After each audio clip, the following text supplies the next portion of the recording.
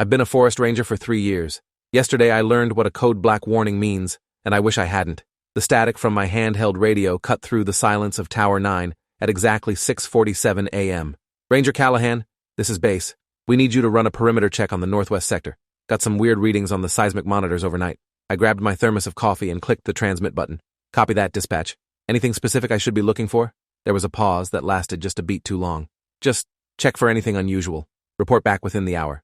The way dispatch said unusual made my stomach tighten, but I'd been doing this job long enough to know that unusual in a national forest could mean anything from illegal campers to a bear getting into the equipment shed. I'd seen rangers panic over raccoons more times than I could count. The morning air was crisp as I descended the tower's metal staircase, my boots clanging against each step in a rhythm I'd memorized over 3 years of early shifts. The forest stretched out before me in that perfect stillness that only exists right after dawn, when the nocturnal creatures have gone to sleep and the daytime ones haven't quite woken up yet. I loved this job for moments exactly like this. The solitude, the responsibility, the feeling of being a guardian of something ancient and important. My truck was parked at the base of the tower, covered in a thin layer of morning dew that caught the rising sun like diamonds. As I climbed in and started the engine, I noticed my radio was picking up more static than usual. Not enough to worry about, but enough to be annoying. I adjusted the frequency dial and headed toward the northwest sector, following the dirt road that wound through towering pines and Douglas firs that had been standing since before my grandparents were born. The seismic station was about 20 minutes from my tower, tucked into a clearing that the Forestry Service had carved out specifically for monitoring equipment. We had 6 of these stations scattered throughout the park, all feeding data back to headquarters where someone with way more education than me analyzed the readings for everything from earthquakes to illegal mining operations. I'd only been called out to check on them a handful of times, usually when squirrels chewed through wiring or weather knocked a solar panel loose. When I pulled into the clearing, everything looked normal at first glance. The equipment shed was still locked, the solar panels were intact, and the seismic monitor's little green light was blinking away like it was supposed to. But then I noticed the trees. About 30 feet from the station, in a perfect circle roughly 40 feet in diameter, every tree was stripped of bark, from about knee height to roughly 8 feet up. Not damaged or scratched, stripped, like someone had taken a potato peeler to each trunk and removed the bark in clean vertical strips. I'd never seen anything like it. My first thought was vandals, but who would come this deep into the forest just to strip bark? And why in such a perfect circle? I walked the perimeter, taking photos with my phone, and that's when I noticed the ground inside the circle was completely dead. No grass, no mushrooms, no pine needles, just bare dirt that looked like it had been sterilized. Even the air smelled different here, like ozone after a lightning strike mixed with something chemical I couldn't quite place. I radioed back to dispatch. Yeah, I'm at the northwest seismic station. Got something definitely unusual here. All the trees in about a 40-foot circle around the equipment have been stripped of bark, and the ground looks dead, like nothing's growing. Another long pause. Can you send photos? Already took them. Uploading now. I used the Forestry Service app to send the images through our encrypted network. While I waited for a response, I walked closer to examine one of the stripped trees. The bark hadn't been ripped or torn. It was gone, completely smooth underneath, like the tree had been pressure washed down to bare wood. I touched the surface and immediately pulled my hand back. It was warm. Not hot, but significantly warmer than it should have been in the cool morning air. That's when I noticed my radio was emitting a low hum I'd never heard before. Not static, but a steady electronic tone that made my teeth hurt. Dispatch, are you broadcasting some kind of signal? I'm getting weird interference on my radio. Negative, Ranger Callahan. We're not transmitting anything unusual. The hum got louder. I turned down the volume, but it didn't help. The sound was coming from the radio itself, not through the speaker. Then all 6 of my emergency flares, which I kept in a belt pouch, ignited simultaneously. Bright red smoke erupted from my waist as I frantically tried to remove them, burning my fingers on the hot casings as I threw them to the ground, where they hissed and sputtered in the dead dirt circle. What the hell? I shouted, more confused than scared. Emergency flares don't just light themselves. They require specific activation, pulling the cap and striking the primer. There's no way all 6 could ignite at once unless they were exposed to intense heat or radiation or something I didn't understand. My radio screamed to life with the loudest burst of static I'd ever heard, and then a calm, measured voice I didn't recognize said, "All Rangers, this is a code black alert. I repeat, this is a code black alert. Return to your stations immediately and await further instructions. Do not attempt to investigate any anomalies. Do not approach any civilians. Lock yourselves in and maintain radio silence until contacted by authorized personnel." The transmission ended as abruptly as it started. I stood there in the clearing, surrounded by dying red flares and stripped trees, trying to process what I'd just heard. In 3 years as a forest ranger, through countless training sessions and emergency drills, I had never once heard the term code black. We had codes for fires, for injuries, for missing hikers, for dangerous wildlife, for evacuations. We had color-coded alert systems for weather and protocols for natural disasters. But code black? That wasn't in any manual I'd ever read. I grabbed my radio and clicked the transmit button. Dispatch, this is Ranger Callahan. Can you clarify the code black alert? I don't have that protocol in my reference materials. Silence. Dispatch, do you copy? More silence. I tried 3 more times and got nothing but dead air. My phone showed no signal, which wasn't unusual this deep in the forest. But the timing felt wrong. Everything felt wrong. I ran back to my truck and started the engine, pointing toward the main road that would take me back to my tower. As I drove, I kept trying the radio every few minutes, cycling through every frequency I knew. Nothing. Just that same low hum that was getting progressively louder. The forest looked different now. The morning light that had seemed so peaceful an hour ago felt hostile, like I was being watched by 1,000 hidden eyes. Twice I thought I saw movement in my peripheral vision, but when I turned to look there was nothing there, just trees and shadows, and that growing sense that something was fundamentally wrong with the world. About halfway back to my tower, I passed a camping area that should have been empty on a weekday morning. Instead, there were 3 tents set up and a family of 5 sitting around a cold fire pit, perfectly still. Not talking, not moving, just sitting there staring at nothing. I slowed down, debating whether to stop and check on them.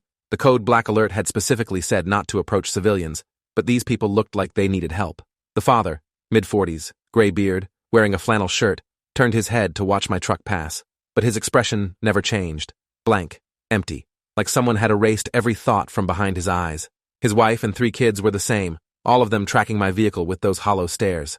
I accelerated past them, my hands shaking on the steering wheel. Something was very, very wrong. I needed to get back to my tower, lock the door like the alert said, and wait for someone to explain what the hell was happening. But I knew, deep in my gut, that no explanation was going to make any of this make sense. When I finally pulled up to Tower 9, I saw another ranger's vehicle parked at the base.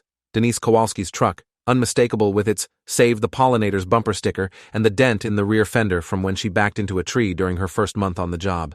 Denise was stationed at Tower 12, about 15 miles south of my position. There was no reason for her to be here. I climbed out slowly, keeping one hand near the pepper spray on my belt. Denise, you up there? My voice echoed in the morning stillness. No response. The tower door was open, which violated every security protocol we had. I started climbing the stairs, each step sending a metallic clang echoing through the structure. About halfway up, I could see into the observation room through the large windows. Denise was sitting in my chair, her back to me, perfectly motionless. Denise, what are you doing in my tower? I reached the top and pushed open the door to the observation deck. She didn't turn around, didn't acknowledge my presence at all. I walked around to face her and felt my blood turn to ice. Her eyes were open but unfocused, staring at something I couldn't see. Her hands were in her lap, and her breathing was so shallow I could barely detect it. Most disturbing was the smile, a slight upturn of her lips that didn't reach her eyes, giving her face an uncanny valley quality that made me want to run. Denise, can you hear me? I waved my hand in front of her face. Nothing. I checked her pulse, steady but slow. Her skin was room temperature, not feverish or cold. Medically, she seemed fine, but something was clearly, profoundly wrong. That's when I noticed what was on my desk. Someone had arranged my equipment, compass, topographic maps, emergency manual, into a pattern. The compass was pointing northeast, not north. The maps were folded to show a specific area about 20 miles from here, circled in red marker. And the emergency manual was open to a page I'd never seen before, tucked into the back sections past all the standard protocols. The page was titled, Code Black, Existential Threat Response. My hands trembled as I picked up the manual and started reading. Code Black is to be activated only when standard threat assessment parameters have been exceeded and conventional response protocols are deemed insufficient. This classification indicates the presence of an anomalous entity or phenomenon that poses a direct threat to human cognitive function, biological integrity, or consensus reality. All Rangers are to immediately cease normal operations and follow lockdown procedures until specialized response teams arrive. Under no circumstances should Rangers attempt to 1. Communicate with affected individuals. 2. Investigate the source of the anomaly. 3. Leave their designated safe zones. 4. Ignore visual, auditory, or sensory hallucinations. 5. Trust any communications that deviate from established protocol verification methods. Code Black scenarios may include, but are not limited to, reality distortion events, mass psychological contamination, unidentified biological agents, or confirmed presence of entities outside normal classification systems. I read the page 3 times, trying to make sense of words that felt like they were written in a foreign language despite being in English. Reality distortion events? Entities outside normal classification? This read like science fiction, not Forestry Service protocol. I looked up at Denise, still sitting in my chair with that horrible empty smile, and felt pieces clicking together in my brain that I desperately wanted to stay separate. The stripped trees in a perfect circle, The dead ground, the spontaneously igniting flares, the family at the campsite with their hollow stares, Denise, sitting here like a puppet with cut strings. This wasn't a natural disaster. This wasn't vandals or poachers or illegal activity. This was something else. Something that had protocols buried in the back of manuals where most rangers would never find them. Something that had happened before. My radio crackled to life. Not static this time, but that same calm voice from earlier. Ranger Callahan, we're tracking your location. Stay in your tower. Do not interact with the compromised individual. Do not attempt to leave. Response teams are en route. Who is this? What's happening to Denise? What the hell is Code Black? I was shouting now. 3 years of professional composure cracking like thin ice. Rangers are not required to understand the full scope of Code Black scenarios. Your job is to maintain position and wait for extraction. The individual in your tower is exhibiting Class 3 contamination symptoms. She is no longer capable of self-directed thought or action. Do not attempt to help her. Do not let her touch you. The transmission ended. I backed away from Denise slowly, putting the desk between us. She didn't move, didn't react, just kept staring at nothing with that smile. Class 3 contamination. The words rattled around my skull. I grabbed my phone out of habit, even though I knew there'd be no signal. The screen was lit up with a notification I'd somehow missed, a single text message from an unknown number, sent at 6:34 a.m., before the Code Black alert, before I found the stripped trees. The message read, "It came from beneath the fire lookout. We tried to seal it, but the aperture is expanding. Don't look directly at it. Don't listen to the singing. It gets inside your head and makes you want to help it grow." Below the text was a photo. I almost deleted it without looking, but something made me tap to open it. The image showed a crack in the ground, maybe 3 feet wide, glowing with a blue-white light that seemed to pulse like a heartbeat. Standing around the crack were 5 rangers I didn't recognize, all with that same blank expression and slight smile that Denise was wearing right now. The photo's metadata showed it was taken at 4:17 a.m., less than 3 hours ago, somewhere in the northwest sector, near the seismic station, near the circle of stripped trees, near where I'd been standing 20 minutes ago. I looked at Denise again, really looked at her, and noticed something I'd missed before. There was dirt under her fingernails. Fresh dirt, dark and moist. The same color as the dead ground in that circle. She'd been there. She'd seen the crack, maybe even looked into it, and something had hollowed her out from the inside. I heard engines approaching. Big engines. Multiple vehicles. I went to the window and saw a convoy of black SUVs with no official markings pulling up to the base of my tower. Men and women in dark suits with equipment I didn't recognize were piling out, moving with military precision. One of them, a woman with silver hair and a face that looked like it had seen too much, looked up at my tower and spoke into a radio. Target structure acquired. 1 ranger appears uncompromised, 1 showing Class 3 symptoms. Preparing quarantine protocol. Wait, quarantine? I'm fine. I didn't touch anything. I yelled out the window, but they ignored me. 2 of them started climbing the tower stairs while the others set up some kind of perimeter equipment. The woman with silver hair grabbed a megaphone. Ranger Callahan, you've been exposed to a Class 4 anomaly. We need to run decontamination screening. Please cooperate fully. Any resistance will be interpreted as evidence of compromise. Compromise? What does that mean? But I knew what it meant. It meant they thought I might end up like Denise, sitting in a chair somewhere with empty eyes and a smile that wasn't really a smile at all. The 2 agents reached my observation deck. Both wore full hazmat suits, which seemed excessive until I realized they weren't protecting themselves from chemicals. They were protecting themselves from whatever had gotten into Denise's head.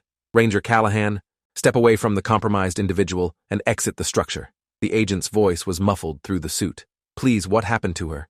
How do we fix this? There is no fixing Class 3 contamination. The cognitive structures that make someone a person are gone. What's left is... He paused, looking at Denise with something almost like pity, something else wearing a human shape. They escorted me down the tower stairs while 4 more agents went up. Through the window, I could see them approaching Denise with some kind of scanning device. She finally moved then, her head turning to face them, that smile widening just a fraction. Then she spoke, and her voice was wrong. It had an echo to it, like multiple people talking slightly out of sync. The aperture requires nourishment. We are helping it grow. You should help it grow too. It's beautiful beneath the ground. Come see, come see, come see. The agents backed away quickly. One of them spoke into his radio. Confirmed Class 3 with active recruitment behavior. Recommend immediate restraint and transport to Facility 7. They wrapped Denise in what looked like heavy canvas straps, binding her arms and legs. She didn't resist, just kept smiling and repeating, "Come see," over and over in that horrible chorus voice. The woman with silver hair approached me as they loaded Denise into a reinforced transport vehicle. You're lucky, Ranger Callahan. Most people who get that close to an aperture don't walk away with their minds intact. What is an aperture? What the hell came out of that crack in the ground? She studied me for a long moment, as if deciding how much truth I could handle. There are places where reality is thin, where something else presses against our world trying to get through. Most of the time, the barriers hold. Sometimes they don't. When they crack open, things come through. Not creatures or beings in any way you'd understand. More like concepts. Ideas that infect human consciousness like a virus. Code Black is what we call it when one of these breaches occurs in a populated area. And the stripped trees? The dead ground? The Aperture's area of effect.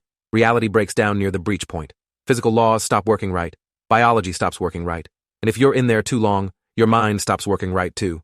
She gestured to where Denise was being loaded into the vehicle. She probably stared into it for 30 seconds, maybe less. That's all it takes. I felt my legs go weak. I'd been in that clearing for at least 10 minutes. Why didn't it happen to me? That's what we're going to find out. Some people have natural resistance. Others just get lucky. Either way, you're coming with us for evaluation. They put me in a separate vehicle. Not restrained like Denise, but definitely not free to leave. The drive took about an hour, winding deeper into the forest on roads I'd never seen before, until we arrived at what looked like an old ranger station that had been converted into something else entirely. Armed guards, chain-link fences, and equipment that belonged in a laboratory, not a forest. Inside, they ran every test imaginable. Cognitive assessments, brain scans, blood work, psychological evaluations, hours of questions about what I'd seen, what I'd felt, whether I'd heard any singing or voices. I told them about the family at the campsite, and the woman's expression darkened. How many? 5. Parents and 3 kids. She made a note. We'll send a team. They're probably too far gone by now, but we have to try. Try what? What do you do with people who are compromised? Depends on the class level. Class 1 and 2 can sometimes be rehabilitated with cognitive restructuring therapy. Class 3, like your friend, she hesitated. We keep them comfortable. That's all we can do. They're not suffering. The parts of them that could suffer don't exist anymore. I thought about Denise, about all the times we'd joked together, complained about the older rangers who thought their war stories were fascinating, shared coffee during joint training sessions. All of that was gone now. She was just a shell that looked like Denise, but contained something else, something that wanted to spread. After 12 hours of testing, they finally told me I was clean. Whatever resistance I had, genetic, psychological, or just blind luck, had kept me from being infected by whatever lived beneath that crack in the ground. The woman with silver hair escorted me to a small office where a man in his 60s sat behind a desk covered in maps. Ranger Callahan, I'm Director Mills. I oversee Code Black response for the Western District. You're the first ranger to report an Aperture breach and walk away uncompromised in 8 years. That makes you valuable. I don't want to be valuable. I want to go back to my tower and pretend this never happened. That's not an option anymore. You've seen behind the curtain. You know these things exist. We need people like you, people who can get close to Apertures without immediately succumbing. Will you help us? I thought about Denise's empty smile, about that family at the campsite, about all the other rangers who'd probably encountered these things over the years and ended up restrained in facilities like this one, repeating, "Come see," until their bodies gave out. What would I be doing? Same job as before, mostly. Watch the forest, monitor for unusual activity. But when we detect Aperture formation, you'd be part of the response team. Help us seal breaches before more people get compromised. And if I say no? Then we wipe your memory of the last 24 hours and put you back at Tower 9 with a cover story about a gas leak. You'd live a normal life. Probably never encounter another Aperture. Probably. That, probably, did a lot of heavy lifting. If these things were forming randomly in national forests, and I was naturally resistant, how long before I stumbled into another one by accident? At least if I was working with these people, I'd know what I was walking into. I'm in, but I want answers. Real answers about what these things are and where they come from. Director Mills smiled, but it wasn't a happy expression. Fair enough. Welcome to the real job, Ranger Callahan. Your first briefing is tomorrow at 600. Get some rest. You're going to need it. They set me up in a small room with a bed and a door that locked from the inside. I tried to sleep but kept seeing that crack in the ground from the photo, pulsing with light that seemed to call to something deep in my brain. Around 2 a.m., I heard singing. Faint, like it was coming from very far away, beautiful and terrible at the same time. I got up and looked out the window, but saw nothing except dark trees and moonlight. The singing continued. I grabbed my pillow and pressed it over my ears, but somehow I could still hear it. After about 5 minutes, it stopped. When I finally fell asleep, I dreamed of Denise. She was standing at the edge of that glowing crack, looking back at me with her hollow eyes. "Come see," she said. "It's beautiful beneath the ground. Don't you want to help it grow?" I woke up at 5:30 a.m., drenched in sweat, with 7 missed calls from an unknown number and a single voicemail. Against every instinct screaming at me not to, I played the message. It was my own voice, but wrong, like hearing a recording of yourself played backwards and then forwards again. "We've been waiting for you, Callahan. You're going to help us open so many more doors." The briefing room at 0600 was smaller than I expected. Director Mills stood at the front with a projection screen behind him, showing what looked like a topographical map of our region with dozens of red dots scattered across it. 3 other people sat in folding chairs, 2 men and 1 woman, all looking like they'd been through exactly what I had. Haunted eyes, nervous movements, the kind of exhaustion that sleep doesn't fix.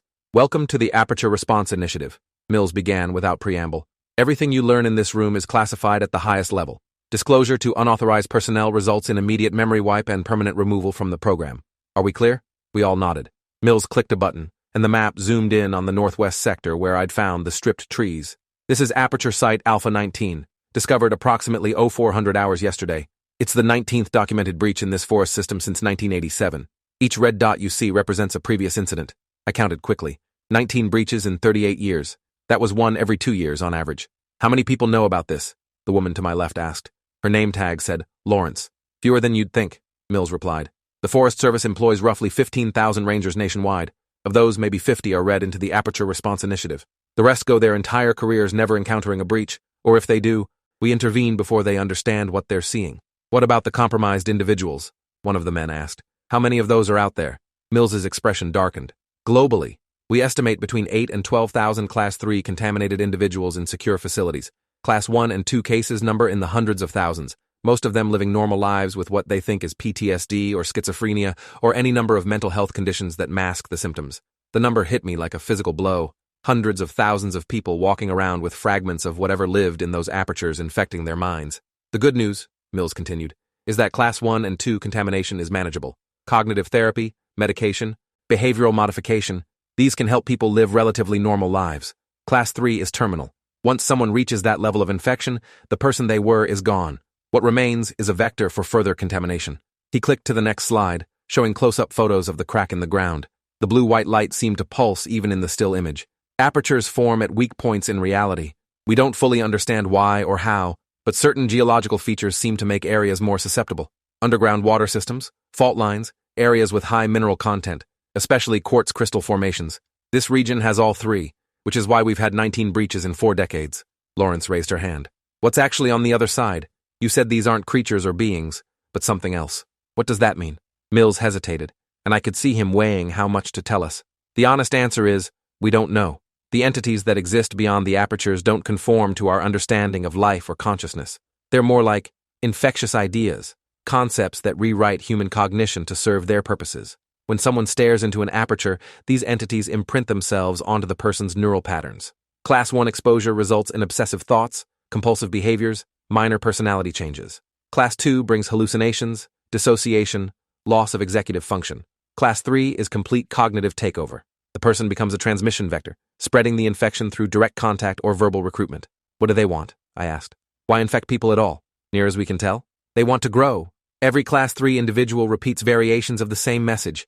Help it grow, feed the aperture, come see what's beautiful beneath the ground. We theorize that each infected person serves as an anchor point, making it easier for new apertures to form. The more people they compromise, the weaker the barriers between realities become. Left unchecked, we estimate that within 50 years, the apertures would become permanent fixtures, spreading across the entire planet. The room fell silent as we absorbed this. The existential threat wasn't some alien invasion or nuclear war. It was ideas from another dimension slowly rewriting human consciousness until we collectively tore down the walls keeping them out. Your job, Mills said, addressing all of us, is to prevent that. You 4 have demonstrated natural resistance to aperture influence. You can approach breach sites without immediately succumbing. That makes you invaluable for containment operations. We have teams that can seal apertures once they're identified, but they need eyes on the ground. People who can get close enough to confirm the breach without becoming compromised themselves. He pulled out 4 identical folders and handed them to us. Inside were detailed dossiers on Class 3 symptoms, contamination protocols, emergency procedures, and contact information for response teams stationed throughout the region. Your first assignment begins today. Aperture Site Alpha 19 is expanding. The initial breach was 3 feet wide. As of this morning, it's grown to 8 feet. We need to seal it before it reaches critical mass, roughly 15 feet in diameter, at which point the seal failure cascade becomes irreversible. What's a seal failure cascade? Lawrence asked. The point where too much reality distortion has occurred for conventional containment. The aperture becomes self-sustaining, immune to our current sealing technology. When that happens, we have to evacuate the entire affected region and establish a permanent exclusion zone. The other male ranger, whose name tag read Mitchell, spoke up for the first time. How many exclusion zones currently exist? Mills pulled up another map, this one showing the entire United States. 7 areas were marked with black circles, 2 in Alaska, 1 in Nevada, 1 in Montana, 2 in the Appalachian region, and 1 in northern Maine. 7 domestic zones, ranging from 2 square miles to 15 square miles. Globally, there are 31. The largest is in Siberia, covering roughly 80 square miles. The Russian government calls it a failed nuclear test site. The truth is worse. We spent the next 3 hours in intensive training. How to recognize the early signs of aperture formation, temperature anomalies, electromagnetic interference, organic matter displaying unusual growth patterns or die-off. How to use the specialized equipment that could detect reality distortion from a safe distance. How to communicate with response teams using encrypted channels. How to recognize if we were becoming compromised ourselves. By 0900, we were loaded into 2 vehicles and headed back toward the northwest sector. Mills rode with Lawrence and me, while Mitchell went with the other team. The singing you heard last night, Mills said conversationally as we drove, that's the Aperture trying to establish a connection. You're resistant, but not immune. Prolonged exposure can break down even the strongest defenses. If you start hearing it during waking hours, or if it begins to sound beautiful rather than disturbing, you report immediately. Those are stage 1 contamination symptoms. How long do we have if that happens? I asked. Depends on the individual. Anywhere from 72 hours to 2 weeks before progressing to stage 2. The good news is stage 1 is reversible with proper treatment. Stage 2 is dicey, about 50-50 success rate. Stage 3 is terminal. We pulled up to the northwest sector access road, now blocked by multiple military-style vehicles and temporary fencing. Armed guards checked our credentials before waving us through.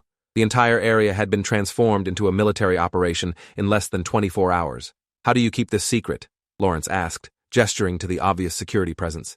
Gas leak, Mills said simply. Maybe a toxic spill if we need to expand the perimeter. The average person doesn't question official-looking vehicles and hazmat suits. By the time local news picks up the story, we've already fed them a narrative that explains everything they saw without revealing anything real. We suited up in protective gear, not hazmat suits, but something more sophisticated. The fabric was embedded with circuitry that Mills explained would disrupt electromagnetic contamination attempts. Won't stop a full Class 4 exposure if you stare directly into an active aperture, but it'll buy you a few extra seconds to look away. The walk to the breach site felt longer than it had yesterday. Every tree looked threatening now. Every shadow might hide something watching. We passed the spot where I'd seen the camping family. Their tents were still there, but the area was cordoned off with yellow tape. Through the trees, I could see shapes moving. Response team members in full containment suits, probably doing exactly what they'd done with Denise. When we reached the clearing with the stripped trees, I stopped dead.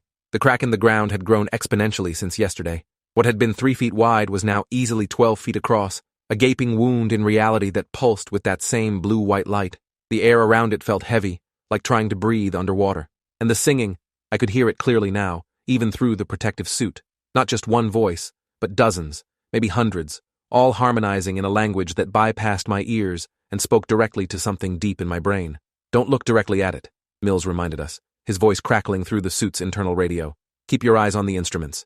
He handed me a device that looked like a modified Geiger counter. The display showed wavelength readings that spiked and dipped as I moved closer to the aperture. The numbers represent reality stability. Anything below 30% means physical laws are becoming optional. Below 10%, you're in immediate danger of spontaneous molecular dissolution. I looked at the current reading. 23%. We were already in the danger zone. Lawrence and Mitchell were taking readings from different angles while Mills coordinated with the containment team. Through the crackling radio, I heard someone say, "Seal charges are ready. Need to know if the perimeter is clear." Mills checked his tablet. 3 heat signatures still in the contamination zone. 200 yards northeast, unresponsive to hails. Probably Class 3. We need to extract or neutralize before we can seal. I'll check it out, I heard myself say, before my brain caught up with my mouth. Mills looked at me, evaluating. Then he nodded. Take Mitchell with you. Stay on radio contact. First sign of compromise, you retreat immediately. Mitchell and I headed northeast, following the direction Mills had indicated. The forest here looked wrong.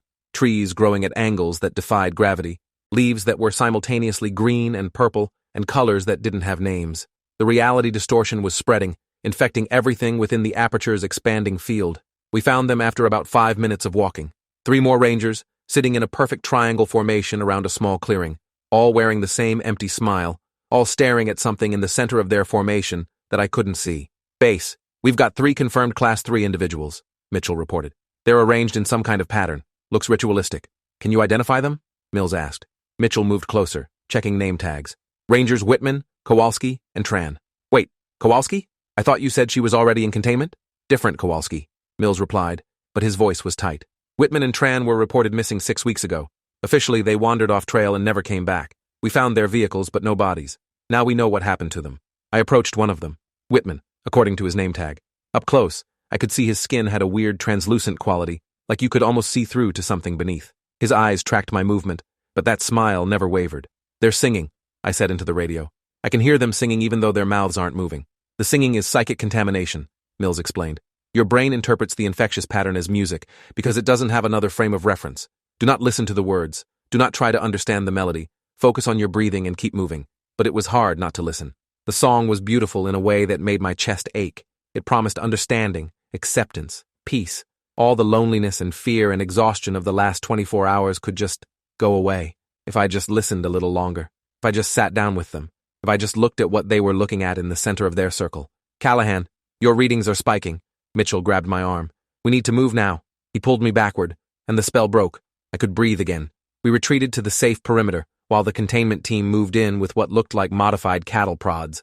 The 3 compromised rangers didn't resist, as they were sedated and loaded into transport vehicles. I watched them go, wondering if somewhere deep inside those hollow shells, Whitman and Tran and the other Kowalski were still aware, still screaming.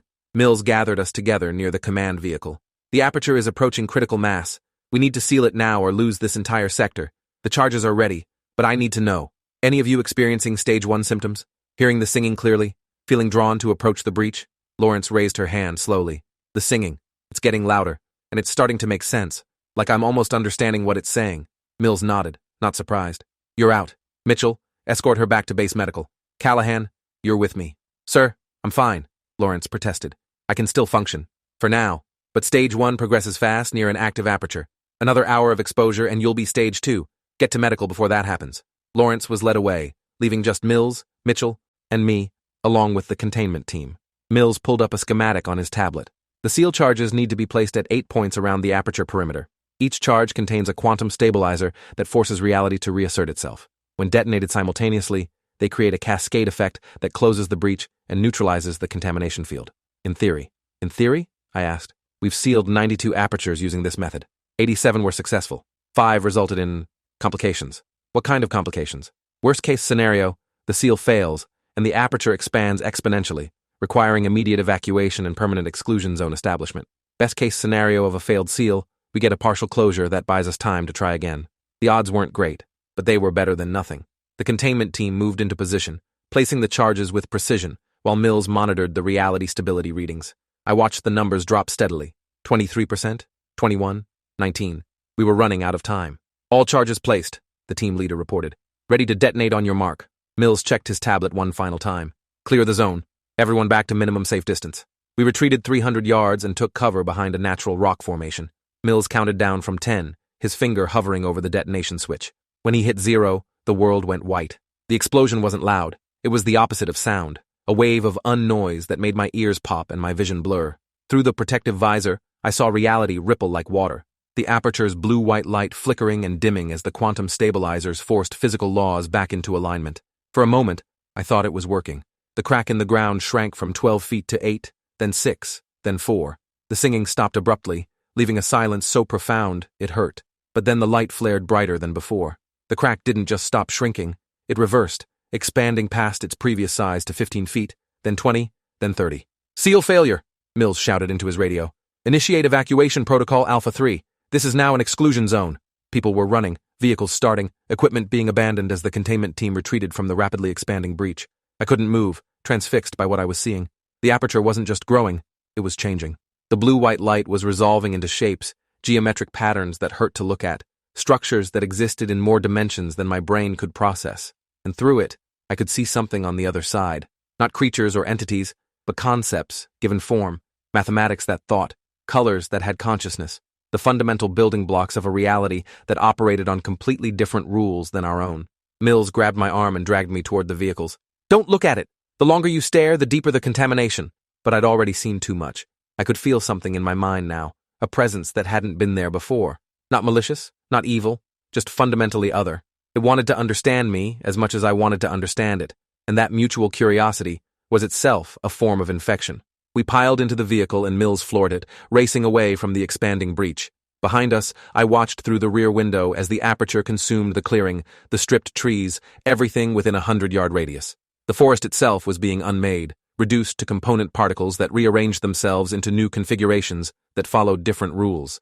How far will it spread? Mitchell asked, his voice shaking. Projections estimate it'll stabilize at roughly 3 square miles, Mills said, though he didn't sound confident. Maybe 4. We'll establish a perimeter and monitor the expansion. If it goes beyond 5 square miles, we'll need to evacuate the nearest towns. We made it back to the facility in record time. Medical personnel were waiting to check us for contamination. I submitted to another round of tests, trying not to think about the presence I could still feel in my mind, humming just below conscious awareness. The tests took hours. When they finally released me, it was late afternoon. Mills found me in the common area, nursing a cup of coffee that had gone cold an hour ago. "You're showing early stage 1 markers," he said without preamble. "Elevated activity in the temporal and parietal lobes. Unusual neural firing patterns. Nothing critical yet, but we need to start treatment immediately." "What kind of treatment?" "Cognitive restructuring therapy combined with neural stabilizers. Basically, we retrain your brain to reject the contamination patterns. Success rate is around 80% for stage 1. He sat down across from me, looking more tired than I'd seen him all day. "I'm sorry. I shouldn't have let you get that close. I thought your resistance would hold. It's not your fault. I volunteered. Still, we lost 3 people today to Class 3 contamination, and you're teetering on the edge. This was supposed to be a routine SEAL operation." "How many routine operations go wrong?" Mills sighed. "More than we'd like. Apertures are unpredictable. Sometimes they form and close on their own within hours. Sometimes they stabilize at manageable sizes. And sometimes," he gestured vaguely toward the northwest sector, "they become permanent exclusion zones that we'll be monitoring for decades. The people who live near here, what do you tell them? Toxic waste leak. Federal cleanup required. Area off limits indefinitely. Most people don't question it. The ones who do get bought out at above market rates and relocated. It's expensive, but cheaper than the truth." I thought about Denise, about Whitman and Tran, about the camping family with their hollow stares. How many people had been compromised over the years? How many were still out there, walking around with fragments of those entities in their minds, spreading infection without knowing it? "Director Mills," a young technician appeared in the doorway, tablet in hand. "We've got a problem." "What kind of problem?" "The exclusion zone perimeter. It's not stabilizing. Current expansion rate suggests it'll reach Route 89 within 8 hours. That's the main highway into town. Roughly 2,000 vehicles use it daily." Mills stood up, his expression grim. "Show me." We followed him to the operations center, where a large monitor displayed a real-time satellite feed of the northwest sector. The aperture showed up as a bright anomaly, and I could see it growing in real time, consuming forest at a steady rate. "Current radius is approximately 0.8 miles, the technician explained. Projected stabilization point was 1.2 miles, but it's not slowing down. If this rate continues, we're looking at a 4-mile radius by midnight. That's 50 square miles of contamination zone. 50 square miles covers 2 towns and parts of 3 others, Mills said quietly. "We're talking about evacuating 15,000 people. Can we seal it?" I asked. "Bigger charges, more quantum stabilizers?" "Not without making it worse. The failed seal attempt destabilized the aperture's formation structure. Another detonation might collapse it, or it might trigger exponential expansion. We'd be gambling with hundreds of thousands of lives. So what do we do?" Mitchell had joined us, along with Lawrence, who looked pale but functional. "We have one option," Mills said slowly. "It's never been tested outside of simulation. The theory is sound, but the practical application is—" He trailed off. "What option?" "We send someone through the aperture, into the other side. If they can find the source of the breach, the anchor point that's keeping it open, and disrupt it, the aperture should collapse on its own." The room fell silent. "You want to send someone into that thing?" Lawrence's voice was barely above a whisper. "Based on what we've seen, anyone who goes through would be immediately compromised. Class 4 or 5 contamination. Complete ego death within seconds. Under normal circumstances, yes," Mills agreed. "But someone with high natural resistance might survive long enough to complete the mission. Might being the operative word. The simulation success rate is roughly 12%. He looked directly at me. "You have the highest resistance markers we've ever recorded, Callahan. Higher even than Mitchell or Lawrence. If anyone could survive crossing the threshold, it would be you. You're asking me to commit suicide," I said flatly. "I'm asking you to save 15,000 people. Maybe more. If this aperture isn't closed, if it continues expanding at this rate, we're looking at a regional catastrophe. Multiple exclusion zones. Millions of people displaced. And each person who gets contaminated becomes a vector for new apertures. This could be the beginning of a cascade failure that spreads across the entire continent." I looked at the monitor, watching the bright anomaly grow. Somewhere in that expanding circle were animals, plants, possibly even people who hadn't evacuated in time, all of them being unmade, their reality rewritten according to rules that made no sense in our universe. What would I need to do? Mills pulled up a series of diagrams that looked like architectural blueprints drawn by someone who'd never seen architecture. "Based on our theoretical models, apertures are maintained by what we call anchor points, stable nodes of reality distortion that keep the breach open. Think of them like tent poles. Remove the poles, and the tent collapses. You'd need to locate the primary anchor point and disrupt it. We have a device that should do the job." He produced what looked like a modified hand grenade. "Quantum dispersal charge. Detonates at a specific frequency that causes reality distortion to cascade and neutralize itself. You'd need to get within 10 feet of the anchor point, activate the charge, and hope you can make it back through the aperture before it collapses. And if I can't make it back, then you'd be trapped on the other side. Permanently. We have no idea what that would mean for you long term. Maybe you'd adapt to their reality. Maybe you'd cease to exist in any meaningful sense. We don't know. Lawrence stepped forward. I should go. I'm already showing stage 1 symptoms. If someone's going to be sacrificed, it might as well be someone who's already compromised. Your contamination makes you more vulnerable, not less, Mills said gently. You'd be compromised before you made it 10 feet through the threshold. We need someone who can resist the infection long enough to complete the mission. How long would that be? I asked. Best estimate? 5 minutes. Maybe 10 if you're lucky. 5 minutes in a reality where the laws of physics were optional. 5 minutes surrounded by entities that existed as living concepts, all of them trying to rewrite my consciousness to serve their purposes. 5 minutes to find an anchor point I wouldn't recognize, using equipment I barely understood, and hope the quantum charge actually worked. When would we do this? Mills checked his watch. The Aperture will reach Route 89 in 7 hours. We'd need to move within the next 3 to 4 hours to have any chance of success. I thought about my parents, living 3 states away, completely unaware that their daughter was about to walk into a hole in reality on a suicide mission. I thought about the 15,000 people who'd wake up tomorrow morning and go about their lives, never knowing how close they came to being consumed by something from outside our universe. I thought about Denise, smiling her empty smile in some containment facility, forever lost to whatever had infected her. I'll do it, I said. The preparation took 2 hours. They fitted me with a specialized suit that was supposed to provide minimal protection against reality distortion. Minimal being the key word. The quantum dispersal charge was attached to my belt, along with a camera that would feed live video back to the operations center. If the feed cuts out, we'll know you've gone too deep, Mills explained. Reality on the other side might not support electromagnetic transmission, or you might have moved into a region where the concept of information transmission doesn't exist. Either way, you'll be on your own. They gave me a crash course on what to look for. Anchor points apparently manifested as geometric structures that appeared mathematically impossible, angles that added up to more than 360 degrees, surfaces that were simultaneously concave and convex, objects that existed in more than 3 spatial dimensions. You'll know it when you see it, the technician assured me, which was not reassuring at all. Mitchell and Lawrence both tried to talk me out of it. There has to be another way, Mitchell insisted. We could evacuate the towns, establish a larger perimeter, wait for it to stabilize naturally. And if it doesn't stabilize? I asked. If it just keeps growing until it swallows half the state? Then we've sacrificed thousands of people for nothing. Lawrence grabbed my hand. What you're doing is insane. You know that, right? Yeah, I agreed. But someone has to do it. And apparently, I'm the only one crazy enough and resistant enough to even attempt it. At 1800 hours, we loaded into vehicles and headed back toward the northwest sector.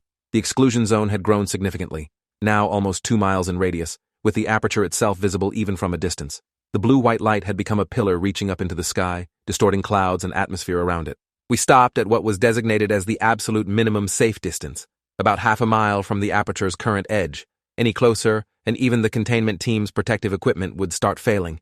This is as far as we go, Mills said. From here, you're on foot. The reality distortion gets stronger the closer you get to the epicenter. Try to stay focused on your objective. Don't let the environment distract you. Don't listen to any voices or singing. Don't trust anything your senses tell you. Great pep talk, I muttered. But I was already moving, walking toward the pillar of light that dominated the landscape. The first 100 yards were manageable. The forest looked strange. Colors were a bit too vivid. Shadows fell in directions that didn't quite match the sun's position, but nothing reality-breaking. Then I crossed some invisible threshold, and everything changed. The trees around me began to breathe, their trunks expanding and contracting in rhythm with a heartbeat I could feel in my bones. The ground beneath my feet was simultaneously solid and liquid, supporting my weight while rippling like water with each step. The sky above had too many colors, shades that didn't exist in normal human perception, and I could taste them on the back of my tongue. Callahan, you're approaching the primary contamination zone. Mills's voice crackled in my earpiece, but it sounded distant and distorted. Heart rate elevated, neural activity spiking. Try to stay calm. Stay calm. Right. I was walking through a forest that had been fundamentally rewritten by something from another dimension, heading toward a crack in reality that was literally unmaking the world around me. Staying calm seemed like a low priority compared to staying sane. The singing started again.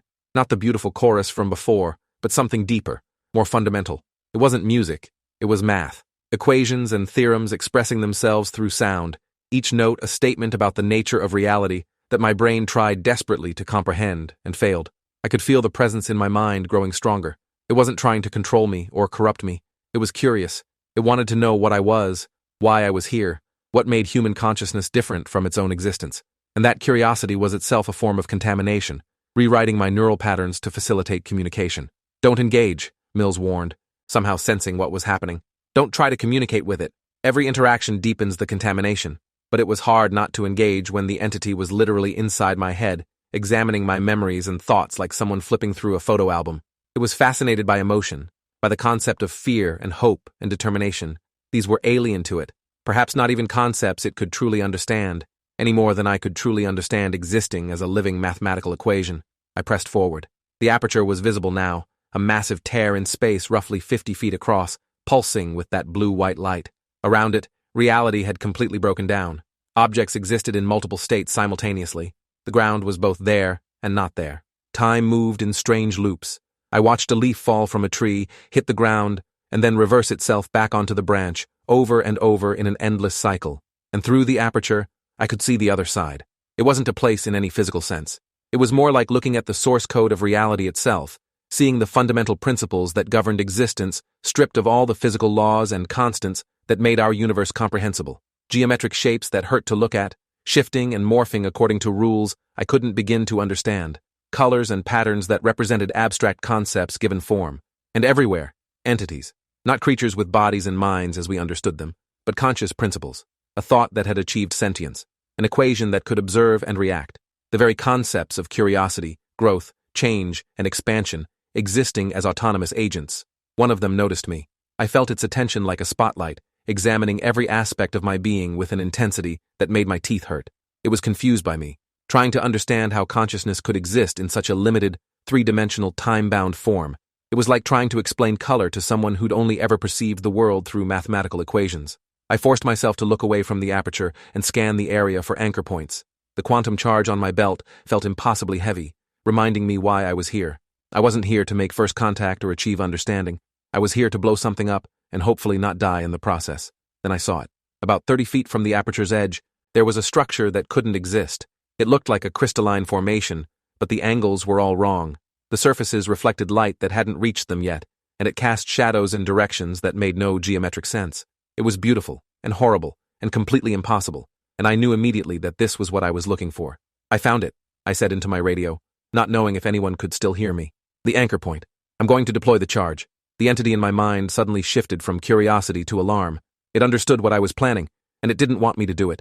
Not because it was evil or wanted to harm us. It simply wanted to exist, to grow, to explore this new reality it had discovered. Our universe was fascinating to it, full of possibilities that didn't exist in its native dimension. Collapsing the aperture would sever its connection to our world, trapping it back in the mathematical void where it came from. For the first time, I felt something almost like sympathy for these entities. They weren't invading our world. They were refugees from a reality so alien that their very existence was incompatible with our physical laws. They were trying to survive the only way they knew how, by rewriting the rules to suit their nature. But sympathy wasn't going to save 15,000 people. I pulled the quantum charge from my belt and activated it. The device hummed to life, building up energy for the dispersal pulse that would collapse the reality distortion field. 30 seconds until detonation. The entity in my mind intensified its communication, flooding me with images and concepts. It showed me what would happen if I completed the mission. The aperture would collapse, yes, but so would hundreds of other potential breach points across the region. The entities would be cut off from our universe permanently, doomed to exist in a dimension where growth and change were mathematical abstractions rather than physical realities. It showed me the alternative. If I let the aperture remain open, if I helped it stabilize and grow, the entities could coexist with humanity. We could learn from each other, combine our different forms of consciousness into something new and unprecedented. It promised enlightenment, transcendence, evolution beyond the limitations of three-dimensional existence. 20 seconds. Everything the entity was showing me was technically true, but it was leaving out the cost. The thousands of people who would need to be compromised and converted to serve as anchor points for this new hybrid reality. The dissolution of individual human consciousness into something collective and alien. The end of humanity as a distinct species, absorbed into a mathematical consciousness that couldn't understand concepts like family, love, or individual worth. I'd come too far to turn back now. 10 seconds. I threw the quantum charge toward the anchor point with all my strength. It arced through the air in slow motion. Or maybe time really was moving slower here. I couldn't tell anymore. The entity realized what I'd done and tried to stop it, manifesting physical force through sheer conceptual will. The air around the charge thickened, trying to slow its trajectory, but it was too late. The charge hit the crystalline structure and stuck, magnetic clamps locking it in place.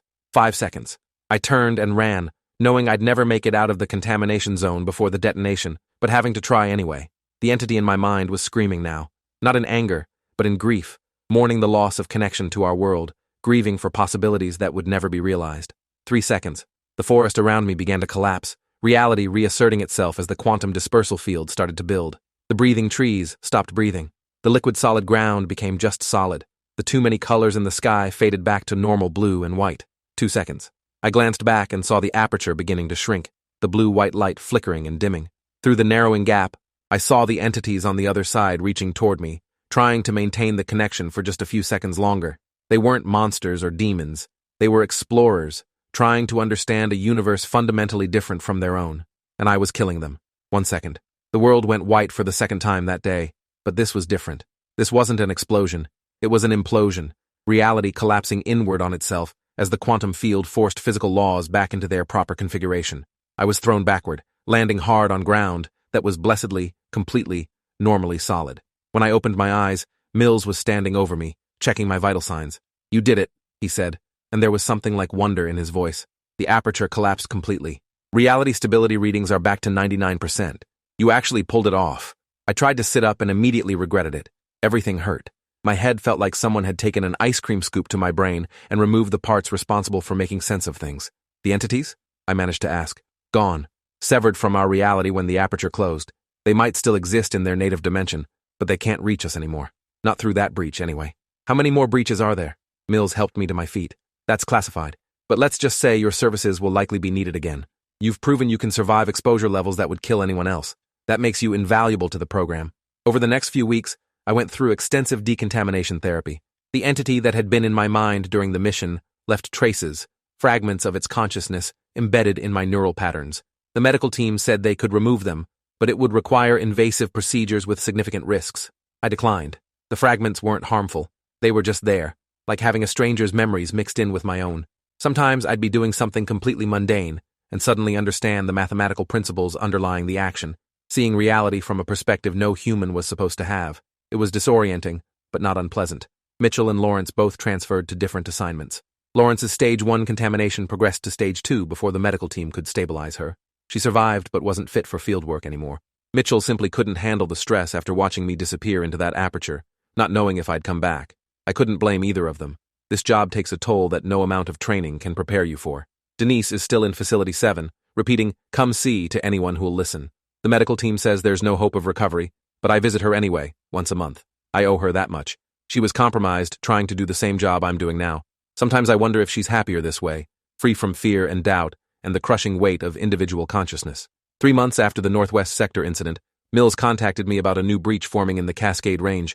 I packed my gear and headed out, knowing that this was my life now, jumping from one aperture to another, walking through places where reality breaks down, trying to seal the cracks before they grow too large.